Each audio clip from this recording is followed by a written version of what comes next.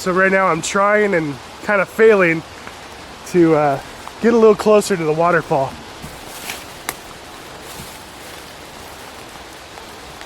I don't think this is a trail.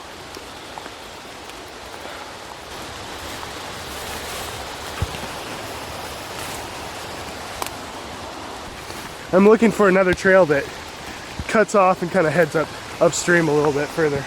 So the problem is I want to go up there and get a little closer. I got a lot of gear on my back. I don't really want to get in too deep.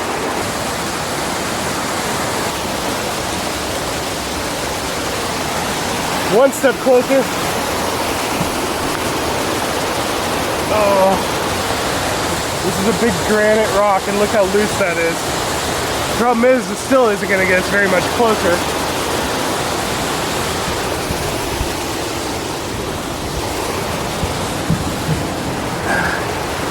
This would be so much easier in the summertime when the flow is less and I could just cross the stream.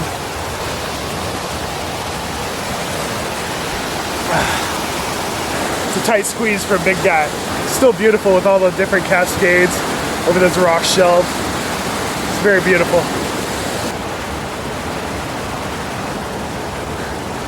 I'm so Bear Grylls right now.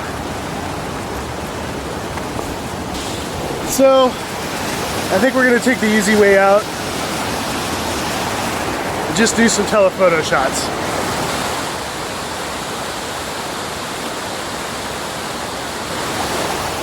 So it's situations just like this, where there's lots of green vegetation and water on all the foliage, that I really love using circular polarizers. This is like the ideal use case for a circular polarizer. Unfortunately, this is also the perfect use case for a lens hood, because this rain is just going to get on my front element relentlessly. So I'm gonna have to really stay on top of that with a lens cloth. So in a shot like this, what I'm doing is, first of all, I'm polarizing it to make the rocks really kind of dark and to take off all that glare. It's gonna really increase the contrast and bring all the attention to our water. Then basically I'm just zooming in telephoto and trying to find an interesting set of cascades and make a very simple, clean image. Because the main subject is our water, we want to make sure that we're not blowing out our highlights, because we would be blowing out the highlights in our main subject. So I'm definitely exposing for the highlights as well. So as I look around, I'm trying to find a composition that is balanced as far as not having more water on one side of the frame than the other, so it's kind of symmetrical and balanced feeling.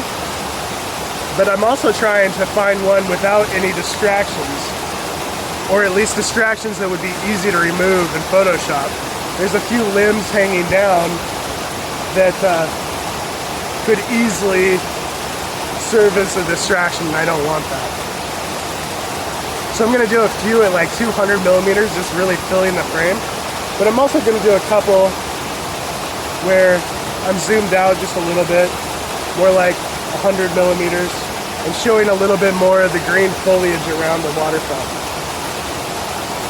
The shutter speed that I've chosen for this is 1/5 of a second. The water is falling pretty fast, and 1/5 of a second gives me enough detail in the water to where there'll be detail.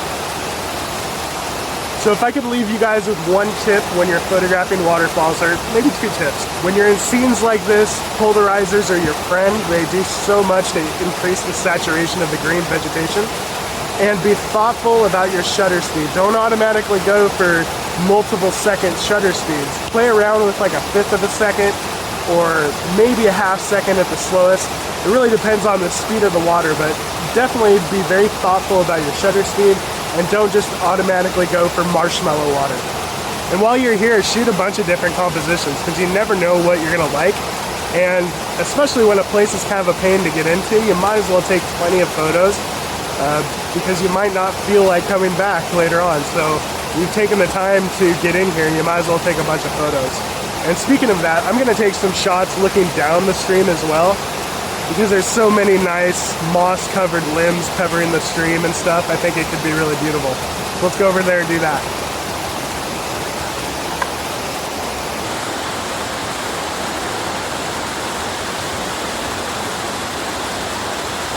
So ironically, I'm liking this scene behind me even more.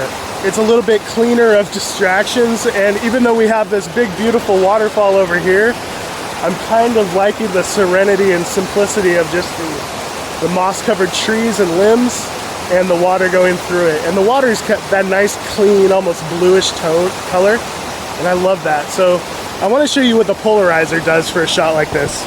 So here's what the scene looks like with no polarization. It still looks good, but as I polarize this a little bit more, I'll turn the circular polarizer. You see how the greens and the reds just become so much more vivid and saturated. I really love that look, and it really helps with the distraction because that polarizer is bringing the eye straight to that water. If I unpolarize it again, I'll turn polarizer. You see how it's all just kind of bright and washed out? But as I polarize it, it simplifies the scene by drawing the eye to the water, and that's exactly what we're looking for. So that's what I'm going to do in this shot. I like to always have a microfiber towel handy. When I'm shooting in the rain, you notice I'm not using a rain cover at any time. But if I just dry off the top of my camera and around the lens and stuff, this will keep water from going in my camera, and that's usually enough. I hate bothering with rain covers and stuff. So I have this log kind of right at the base of my frame, kind of framing the bottom part of it, and then the water coming in from the left side of the frame into the background. And in a shot like this where the water is further away, you can get away with a slightly longer shutter speed because we're not zoomed in so tight. So in order to introduce that movement, you can get away with a slightly longer shutter speed. In this case, it's 0.6 seconds, so just over a half second. All right, I'm gonna try a vertical shot, turn my circular polarizer. Because I changed the orientation of the camera, I've also changed the orientation of the polarizer, so I need to repolarize the shot. Dry my front element. I'm also noticing that there is a bit of breeze going on. I see the limbs kind of blowing around, and for that reason, while I'm shooting a composition, I want to take another shot with a faster shutter speed. Just in case I have any blurry limbs, I can blend in those sharp limbs from a faster shutter speed with the slower shutter speed of the water. That way I can kind of get the best of both worlds. And so to do that, I'm doing something that's called counting my clicks. So I increase my ISO in third stop increments, and I count how many clicks I do. So I go 1, 2, 3, 4, 5, 6, 7, 8, 9. And then I can also open up my aperture a little bit, 1, 2, 3, 4, 5, 6. And then that means that I can speed up my shutter speed by those same number of clicks and end up with the exact same brightness or exposure. And then they blend together really nicely. You just got to remember to put it back when you're ready for your next shot. 1, 2, 3, 4, 5, 6. Then I need to slow down my shutter speed by that same number of clicks. 1, 2, 3, 4, 5, 6. Take that shot. Now I've taken two different shots with completely different settings at the exact same exposure.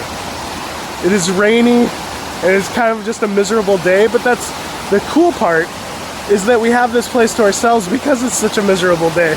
Granted, I am getting soaked, my gear is getting soaked, but it's not a bad place to be. It's so beautiful out here.